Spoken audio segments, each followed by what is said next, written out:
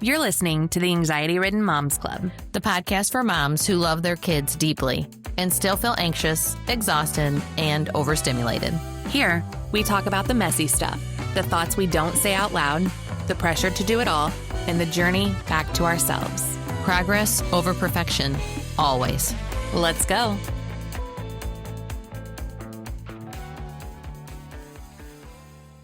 I just like doing that. Okay. Full transparency. We've been doing this for eight months, and this is our 19th take to get you an episode this week. Our 19th, because we just don't have our shit together today.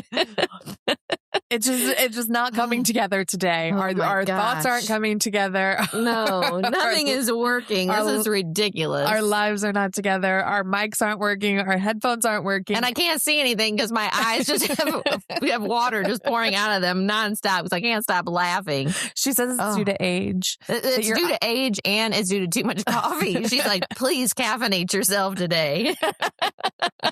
I'm caffeinated. So, thank you for being here with us. We don't have our shit together, which is... No. Yeah. Whew. Which probably is not good. We're supposed to somewhat be more prepared than what we are, but that's okay. It's fine. It's totally fine. What are we talking about today? All right. Let's get this started. Okay. So I sent this clip to Kylie the other day. You did. Yes, you did. And I watched it over and over and over again. Because I saw it and I thought, oh my God, this is so us. So this guy said, you will be infinitely more at peace being okay, being misunderstood, because people can only understand from their level of perception. And I was like, wow. Wow, Kylie needs this. Hey, Kylie definitely needs this in her life. Yes, it was from the Mindset Mentor. If you don't follow him, I would. Yes, because he's great. He's great. He has a lot of good information to help us in this stage of growing and being the best versions of ourselves. So, yes, I agree. Oh my God, I can't see.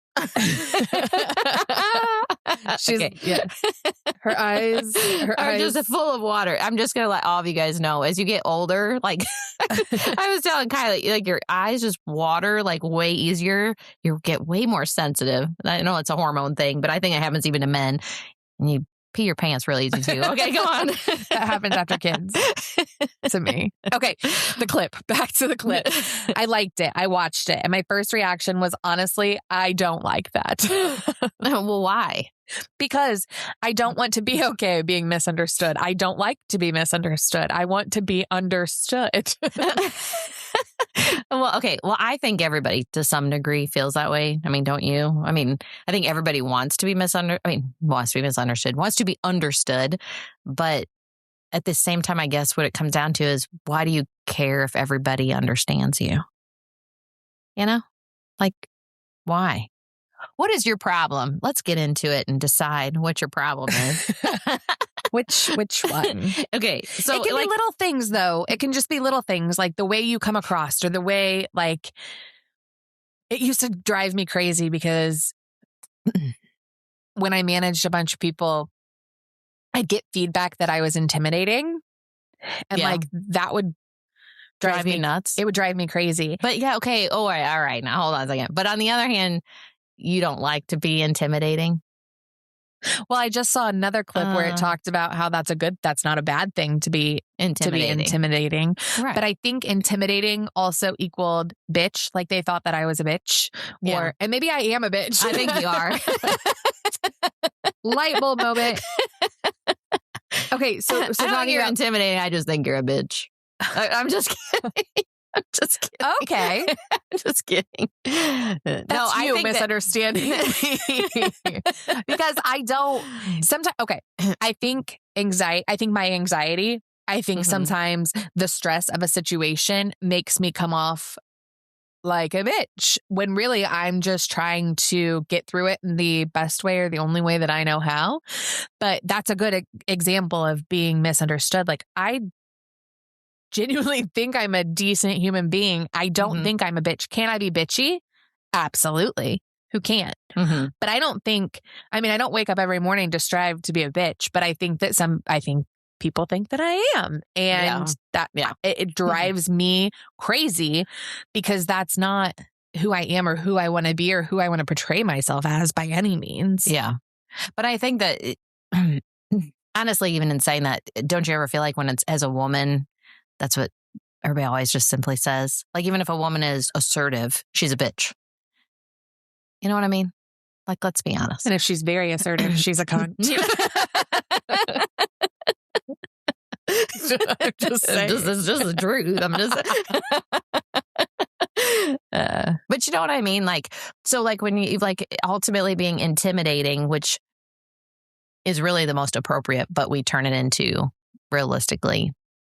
You're saying it's more of a generalized term that if someone rubs you the wrong way, we just say they're a bitch. Yes.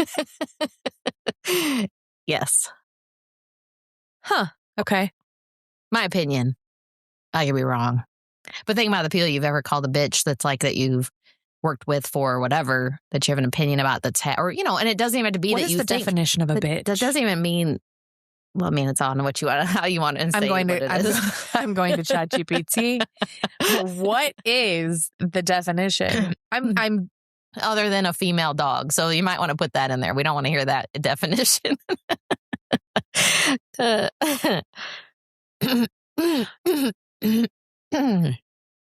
Sorry, guys. I have like a frog in my throat today. You want me to say other than? We don't want to hear the dog definition. We all know that. A female dog. Like where was that derived from? The word bitch has a few meanings beyond a female dog, and the tone really depends on context.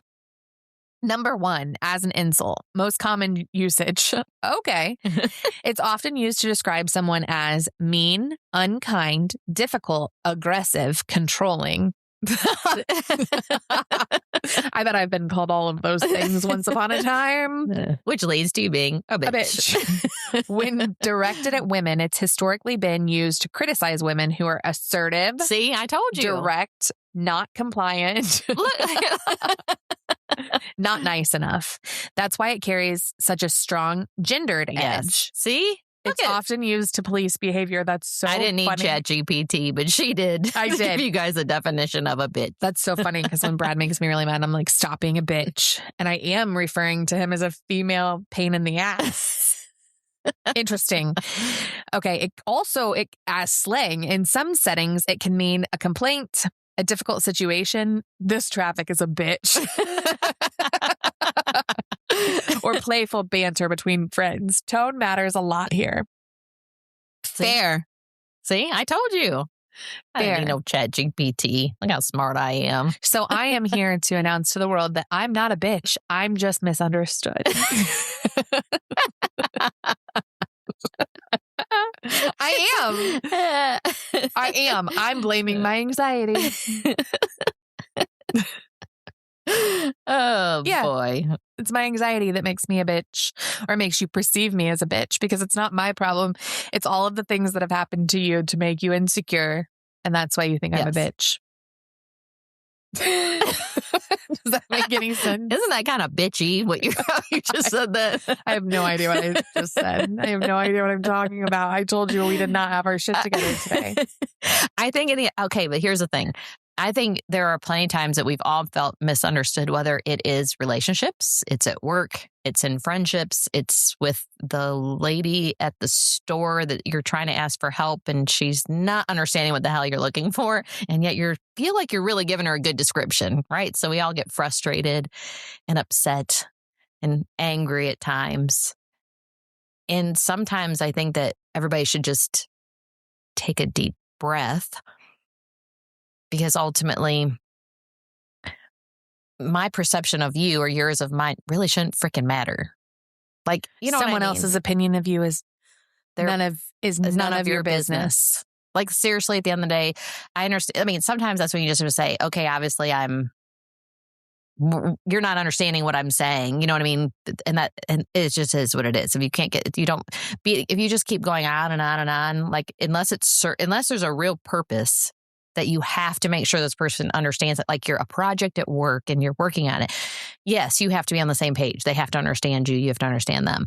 But when it comes to like regular life stuff, I mean, truly, I think we give too much energy into worrying what everybody is, if they understand us or not. And it's really not and that how they important. perceive us. And how they perceive us. Okay, I'm going to play the clip because I'm going to play the clip. Hold on. Okay. Not to waste any more time arguing with people who don't understand you. My intention was not to. You want more peace in your life? You will be infinitely more peaceful when you decide not to waste any more time arguing with people who don't understand you. Be okay with being misunderstood, because people can only understand from their level of perception. And you have to understand that no argument in this entire world is worth damaging your mental health. You want Truth. So what does he mean by the way they perceive it? What does he talk? So like, I feel like there's so many, there are a lot of parts to break down.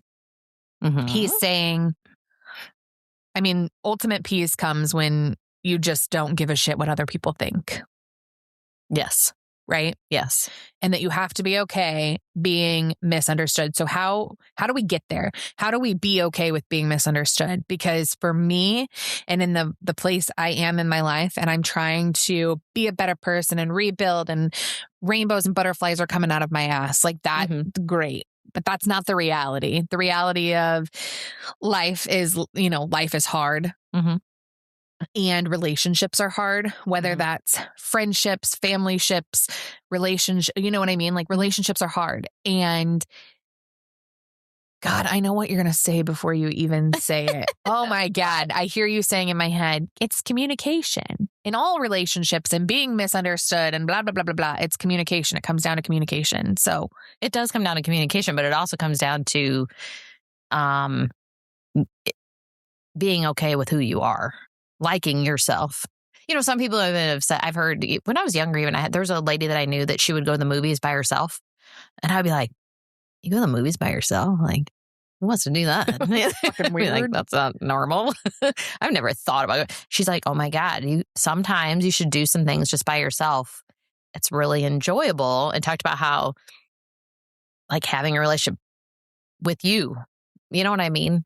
Now, back then, I'm young and I just thought, that just sounds weird. I guess if you're going to do something by yourself, the movies is a good place because you don't talk in movies. So you don't really cares. So you don't have to feel weird yourself. Unless you're like making out with your man in the movie. Like who the fuck does that? That's weird. But I mean, and then I sit and I think like there are times where I've gone in the movie theater and I've seen people go to the movies by themselves. And then, especially when I was younger, I would be like, that's kind of weird. I mean, I would think that was like odd behavior. Like who goes and does those things alone.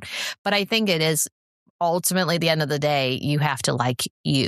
And if you like yourself and enjoy being with yourself, like people do a lot of things actually by themselves. And she even had mentioned to me that it was helpful to her to be basically just happy with her. You know what I mean? Like some people say they'll go out to eat by themselves. You know what I mean? Going out to eat. So that's funny because like I will see somebody eating by themselves and like I guess the like empath in me, like that's where I'm sad because I'm like, oh my God, did you lose your significant other? Like, do you not have children? Right. Do you like why are you all alone? But yet if they have a laptop or something in front of them, you don't even question it. Right? Correct. So, I mean, I think that's the thing is like, I used to always think it was really weird until all of a sudden I started working in a job that like, it was just better off for me to stop off somewhere, have lunch. I could pull out my laptop and do it. And I could tell you even in the beginning of doing that, I even still felt kind of weird, but I kind of was glad I had a laptop. I didn't just look like a lonely soul. So that's the difference. That's the difference because you don't view it the same. Isn't that weird? And yet that is so weird. And yet some of these people they just want to eat alone. Like, you know what I mean? They just enjoy getting what they want to eat. And when you really think I enjoy eating alone, but I'd rather do it on my couch. Well, I'm the same way. I like to do it at home or whatever, but I understand like the people who are like, when I want to go have a meal by myself and they want to, like, I think you should be able to, as much as I don't go do these things. I have not even gone to the movies by myself, but I mean, the things that you hear back from them as to why they do it makes sense. And I think everybody has to find a way to be like, I don't know, liking themselves. And that might be in whatever way that you enjoy doing some different things alone. I mean, it might be that you sit at your table and work on a puzzle. You know what I mean? Like whatever it may be, you might like to be just cushed into your couch and watching some TV but no noise, no nothing, just you. But really enjoying not just the fact that I just like a TV to myself so that nobody changes the channel. More of I like just being here by myself because I like me. I like who I am. But I think it takes growth to get to that point because I don't think you just like yourself just because you ate dinner by yourself or you went to the movies or you sat on your couch alone. I think it's just like why a lot of people, though, stay in relationships that they shouldn't. I don't know if I like me, but I like quiet. But see, that's what you have to get to the point of. If you like you, then you don't care if anybody understands you or not, really. You lose a lot of the frustration because at the end of the day, you hope that people understand you. I mean, I always hope that if I say something to somebody, I mean, that makes sense and they understand it. But at the same time, like if they don't, I don't really care. All right. So ultimately, at the end of the day, like we're talking about, we have to like ourselves and there's things we can do to improve on that. And I think through this year of 2026 anyways, that's our focus, right? That we're all going to be happier, which in general can turn into us becoming uncomfortable, like we talk about. But let's go back to like, even when I was talking about what he said, the main thing is because people can only understand from their level of perception. Right? Yes. And so from their level of perception, I think what he's saying is people don't see you from your heart, right? Right. They see you from their history. Right. Meaning from their wounds, from their, from their experiences or what they've experienced in the past. So if someone's been betrayed before, they might see your independence as secrecy. Or if someone grew up criticized, they might hear feedback as an attack. It's not constructive criticism. You're attacking me. Right. Or they're not reacting. So essentially they're not reacting to who you are. They're reacting to what you triggered in them.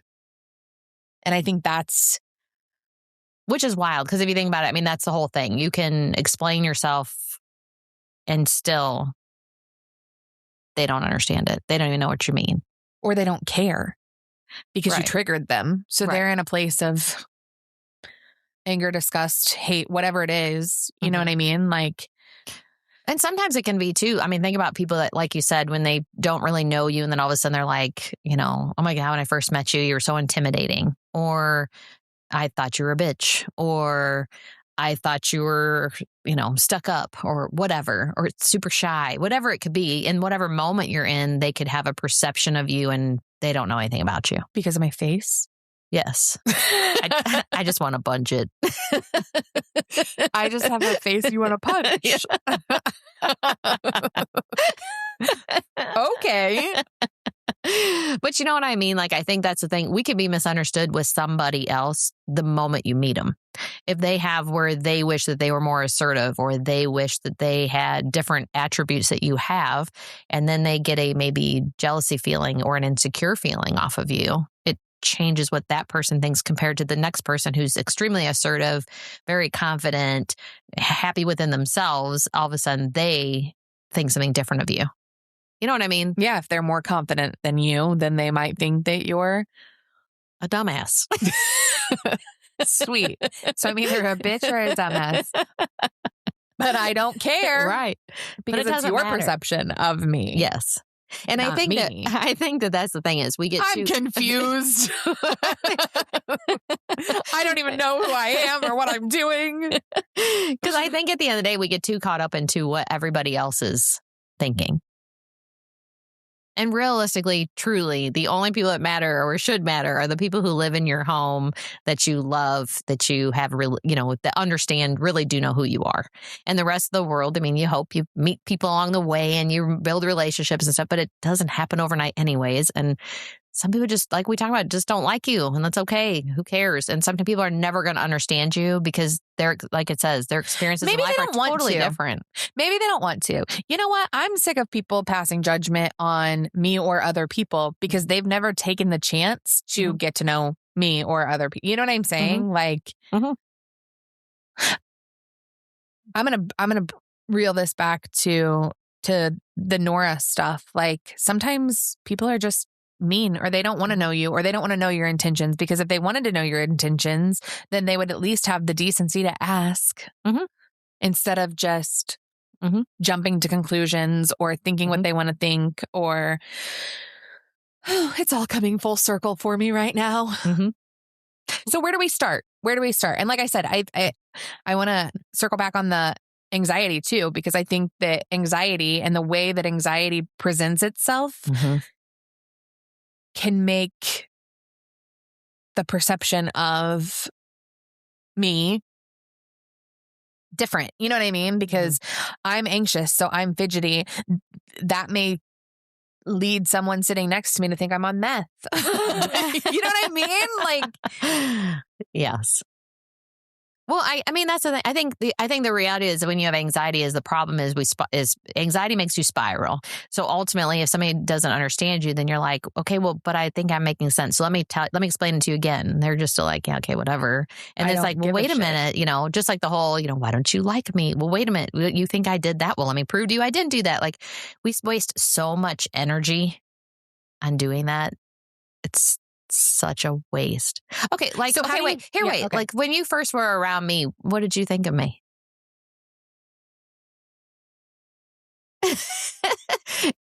Okay, I thought she's smiling like, I better think about what I'm going to say.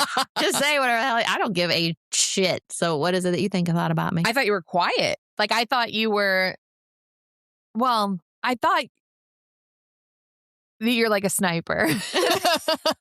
That like you sit around and you observe and you have these thoughts in your head, but you weren't like me. You kept them in your head. And then I said it out loud, which would sometimes irritate me because, and I'm not saying that like generally, I'm saying generally that would irritate me, especially like in our past life, because I'm like, why am I the only one speaking up?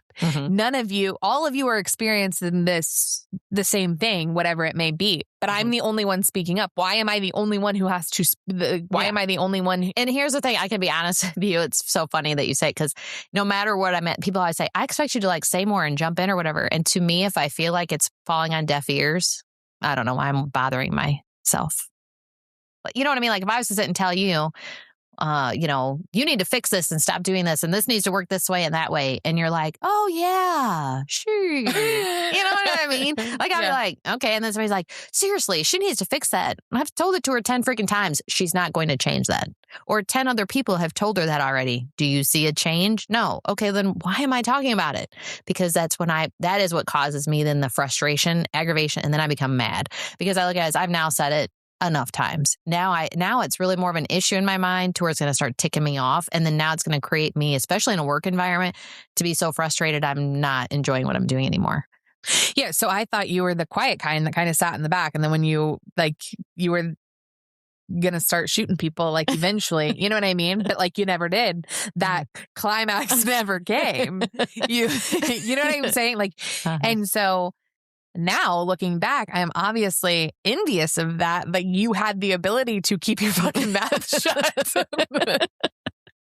I didn't, because I was like, no. Which is some ways I mean, I think it's good though that you speak up and you say stuff. And there's times where I think I probably should. Lots of times I got my way. Yes, and there are times where I have definitely seen people get their way that ticks me off, because I'm like, so what? Because they complained enough? Now you're going to like give them something? Yeah. And you just sat there and I just were like, look at her. She's crazy. And I swear that has happened my whole time of work. And it is because I don't say as much. But on the other hand, I find myself I have to enjoy what I'm doing. That's part of probably a me problem, right? I mean, really, is life all about enjoying what you're doing? Well, I think it should be more about enjoying what you're doing than not. And so if I start complaining and showing this is wrong, this is a problem, you guys have to do this, why are you not doing that? Give me this, give me that, blah, blah, blah, blah, blah. I eventually start hating what I'm doing if somebody's not giving that to me. And to me, if you are in management or anything, you should know by even conversations I would have with the person, what the problems are, what I need help with. Do I have to yell it at you? Like, I shouldn't have to do that. You know what I mean? Right. And so then I start getting disrespect for the people who I just told you the same thing just because I wasn't bitchy about it. You know what I mean? Like, just because I wasn't more assertive about saying, excuse me, this has to happen. So what was your perception? What was your perception of me? I'm trying to think when I actually first met you. But I think that when I first, I knew you spoke your mind, which on one hand, I was never going to be like that. So to me, it was like, on one hand, I liked that you were able to do that. On the other hand, I would get aggravated at times because, like I just say, it would cause me that same aggravation. Like, okay, well, Kylie just said this 15 times, just got everything she wanted after she bitched and bitched and bitched and bitched. But then I've told you the same things, but because I'm not as maybe boisterous or maybe not going about it to go tell, screaming from the rooftops, then my voice didn't matter. And so sometimes that would be aggravating to me, but it wasn't against you. It was against the situation in general. You know what I mean? Right. I liked you. I mean, I always liked you from the beginning. I mean, I feel like we always had good banter back and forth and, giving you a hard time. But, otherwise, I mean, I just felt like you could tell that you knew what you were doing and were confident in what you were doing at work. Now, I will say that it's funny to me how I always say there's a work personality and a home personality for everybody. You know what I mean? Mm-hmm. And so that's where I think it's like, those are the things that are always just interesting to me of like how people construct everything in their lives. So sometimes some of your insecurities have shocked me. Yeah. Compared to what I think I thought you were much more, because you're assertive at work like that. I guess I would always think that you were really confident.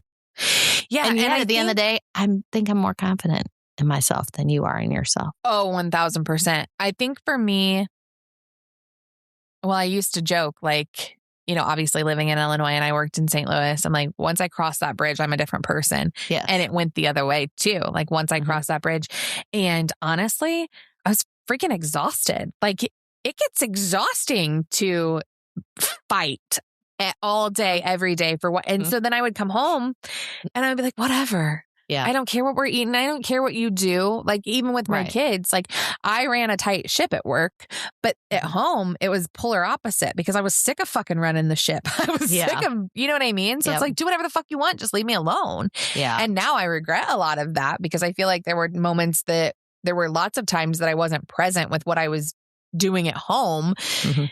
Because I was fucking tired. I was tired because from, 8:30 to 5 every single day, I was fighting for my fucking life. And so now to be living a life that's polar opposite of that, I'm like culture shocked. I'm like, I don't even know who I am, what I'm doing. You know what I mean? It's I really truly am bringing everybody along for this ride of rebuilding and finding myself. Yeah. Back to being misunderstood, though, I do think a lot of people misunderstand me. And it irritates me because I'm like, you don't know me.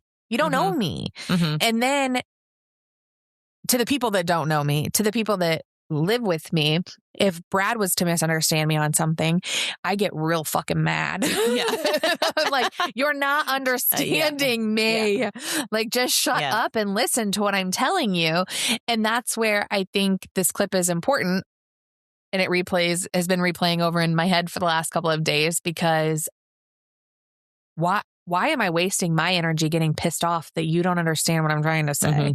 But I think it's harder when you're in a relationship. Like, I expect Tom to understand what I'm telling him. I told you to pick your underwear up off the floor. You know what I mean? Like, seriously, like, I just think at the end of the day, you have to like, it's hard, I think, in somebody that you live with in a day-to-day relationship situation, because it's key that you have understanding for each other to make life work. And see, that's the thing is, like, at work, I'm very focused at work, but I'm just as focused at home. So I think, and so for me, sometimes I definitely have crashed and burned because it's like I have, especially when I had all the kids at home and I was on from beginning of the day to the time it was time to go to sleep. Right. You know what I mean? I mean, I always had to, like we talked about before, being very routine in my dishes and everything else. You know what I mean? Like, and that's the only way I could function and make it all work. But I think that's why at my job, I don't like to get myself to the point that I'm so frustrated with it, because I'll be like, I'm not going to keep doing this if I'm this miserable. Like, I can't, because I am not going to, they're not going to ever take that away from me to where then I go home and I'm burnt, because I don't want to be burnt for my family. And I also did do a very good job of like for you, you cross the river, I didn't have to, but on my drive home, my work turned off. So like I would just bloop, turn the off switch and turn it on to go home. So I was like the person at home that I am compared to the work person. And I mean, I think I'm very similar. I don't think I'm a very different person, where I feel like, I think you're different home to social. I think you're different. I don't think I am. Like if I go into, that's a lot of that's balancing. Yeah. Now. Yeah. Now that's balancing itself. I don't think sure. I think you are definitely different now. But I just texted you this week. Like I was irritated about something, and it was super small. It was comparatively. Yeah. It was super small to what I've ever been used to before. But I'm like, I don't give a shit. Like I'm going to give it 110% when I'm at work. Between the hours of 8 to 4 Central Standard Time. We learned that irritates me sometimes. When I had a client that wanted to meet with me at 4 o'clock Pacific Standard Time. No, 2 o'clock Pacific Standard Time, which is 4. Yeah. And I'm technically off and I did it and whatever. And there are lots of times I'm not off at 4. Yeah. But I definitely draw that. That's a hard boundary for me now. And I give it 150% when I'm at work. Yep. But when I literally close that laptop now, I'm done. Like I'm done. And it's so awesome. Like I don't have to I don't think about it. Yep. I think about it in good ways. Like last night, for example, I jumped on LinkedIn and was like, hey, I wonder if my marketing guy, like I wonder if he posted that on LinkedIn, because I want to share. Like I think about it in good ways, but I don't ponder, I don't stew, and it's like night and day difference. It's so awesome. But I text you and I'm like, and I don't care. Like, I don't care. Yeah. So I am growing. I am getting better. Yes. I think that's the thing. But I think that's the whole thing. I think when you have when you have a good situation for you and everybody, for each and every person, that can be different as far as work goes, what environment is the best for them. And some people thrive in all sorts of different places and whatever. But when you feel like you're thriving, you feel like your voice matters, people are listening to you, all those kinds of things. You don't have to sit and beat a dead horse to get the message through to them.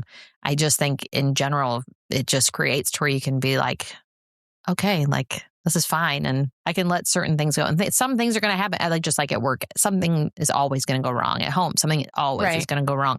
That's just life. I mean, we can sit around and dwell on that, or if we want to, but the reality is that's just life. So I think that it makes a huge, huge difference to have, your environment be so much different compared to like when I would talk to you, if you were done at work before, you would just feel that you were tense. You were way more tense. You know what I mean? Yeah. And I just don't choose to be that way. And in some ways, sometimes though, I didn't know how to be any different. I really didn't. I didn't know how to not be intense about it all the time. Yeah.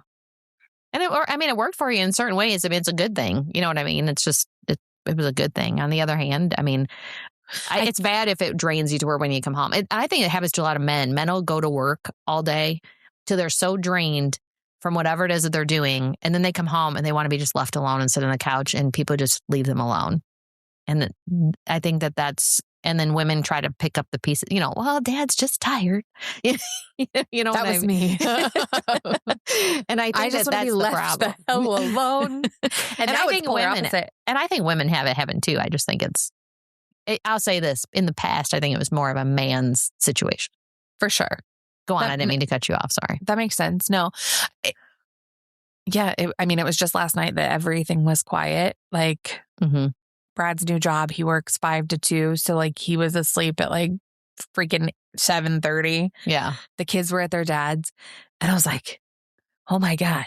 Like where before, oh my God, I wouldn't even know what to do with myself, which I didn't know what to do with myself last night. But I don't know. I was just like bored. Maybe I should have went to the movies by myself. There you go. That's what I should have done. I literally was like, I had energy because my life is just different now. And so I had energy. There was no one here. It was quiet. I hated it. Like before, I would have loved it. I would have loved every minute of it and been like, whatever. But I was bored. I was so bored. And I didn't know what to do with myself. And I don't know. I think what did I do? Oh, I am watching this new series on Apple TV. The Last Thing He Told Me with Jennifer Garner. Oh, so good. So good. I'll have to watch it. Yeah. So I took like an hour-long shower and then I watched an episode of that and ate popcorn and just like hung out. But I literally was just bored. Yeah. I haven't been bored in like 15 years. This is crazy. It's like the craziest thing. And sometimes it's good to be bored. Yeah. But some people don't understand that. And that's okay. Or know what to do with it. I was like, what do I do with myself? Yes. And I think the thing about it is like, some people say even when you have kids and all this stuff, they'll tell you how like you need to, make sure you always have time for yourself, blah, blah, blah. Like, have a hobby or have something or whatever. I've never felt the need for any of that. I just need a little bit of boredom time throughout a week and I'm totally fine. I have the time in my life right now, other than the podcast, because, we should probably dedicate whatever. Yes. But I would love a hobby. I don't know what that is. We've talked. It could be pickleball. It could be reading, which by the way, how are you on your reading journey? Oh my gosh. I should even look up the book that I actually kind of changed over to because I was like I wasn't feeling it. But remember I told you, I think it's Charles. No. Chase. His name's Chase. Oh my gosh. I got to look up this book now that you bring it up. God bless America. He's so interesting to me. And it's the 6-minute X-ray. Because I just came across this guy. But this book is called The 6-Minute X-Ray. Oh my God, so interesting. Talks about it like. You're going to have to give us a little more information. So good. So it's one of those things that's supposed to teach you how to read people. If they're lying to you, I'm going to know. Oh, yeah. It's so interesting. But the problem is I've listened to like an hour of this book and I'm like, why do you want to read people? I have to like seriously like. So you don't misunderstand them? Yes. So I understand you and you won't understand me.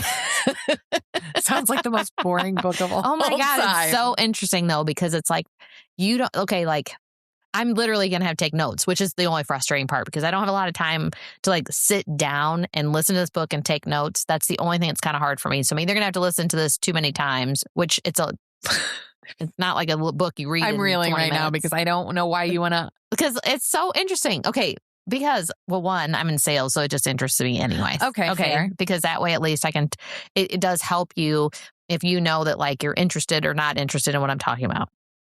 So like if I'm talking to you, it kind of goes through some different things. Like you can tell by basically somebody's eyes, you can learn a lot. And I thought, okay, I mean, it makes sense. Like how they look, what they have like I don't know. It's so dang interesting. Okay. So it's like, he'll say like you have a regular set place that you always look. That's kind of like your home spot when you look for your eyes.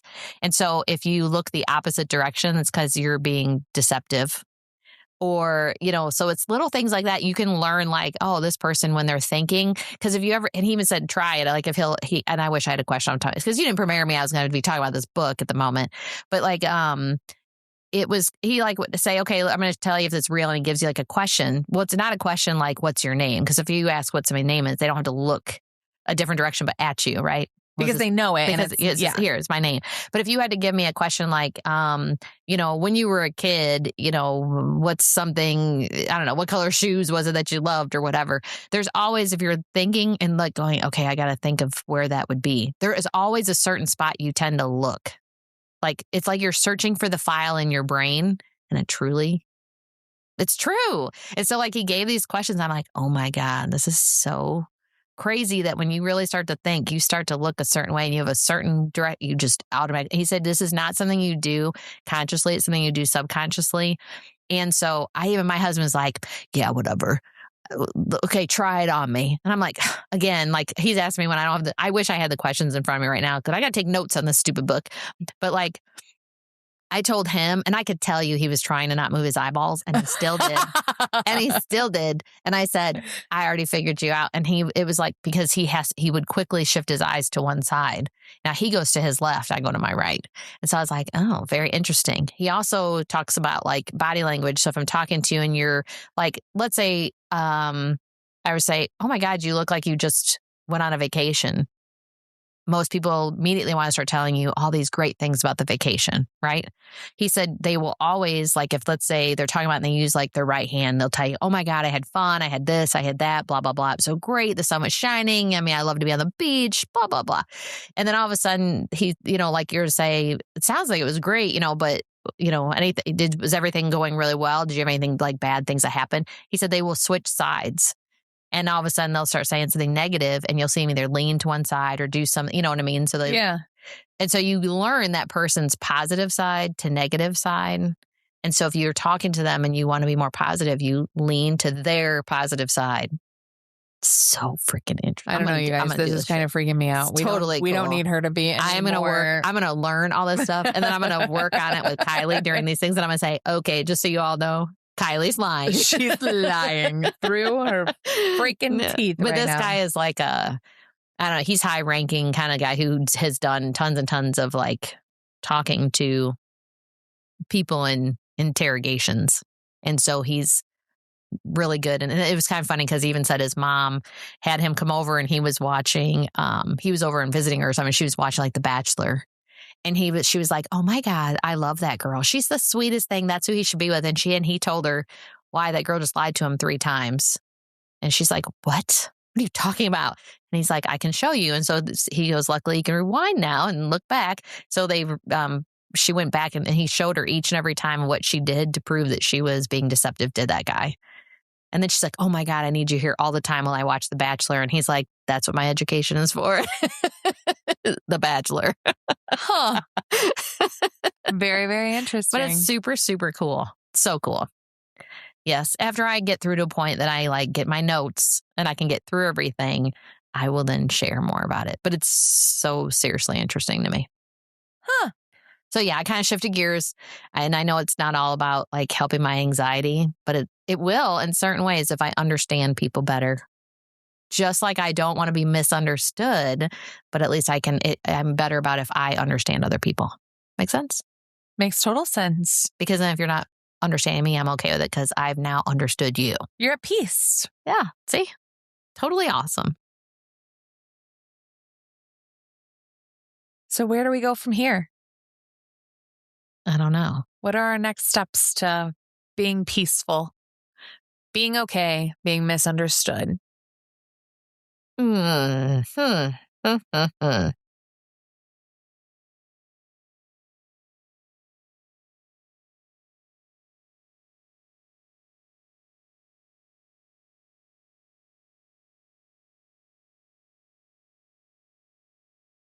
Okay.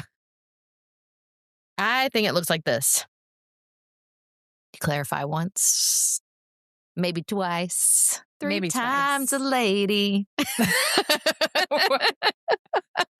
Anybody in my age group, you know that song. But you stop sacrificing your peace trying to convince someone who is committed to misunderstanding you. Because at some point, you're not communicating anymore. You're trying to control perception. It all comes back to control. It all comes back to control. Which I do like to control things. A little bit of a control freak. Okay, but peace comes when you realize I don't need to control your perception to know who I am. If being understood costs me my mental health, it's too expensive. So maybe being infinitely more at peace isn't about fixing it. It's about detaching. You will be infinitely more at peace being okay, being misunderstood. I don't love it yet, but I definitely think it's true. So, Village, are you arguing to be understood? Or are you protecting your peace? Because no argument in this entire world is worth damaging your mental health. Not one. Thanks for spending time with us. Take what you need, leave what you don't, and be gentle with yourself. And if you want to stay connected, follow us on Facebook, Instagram, and TikTok at the ARMC. And remember, you're not broken, you're becoming. We'll see you next time.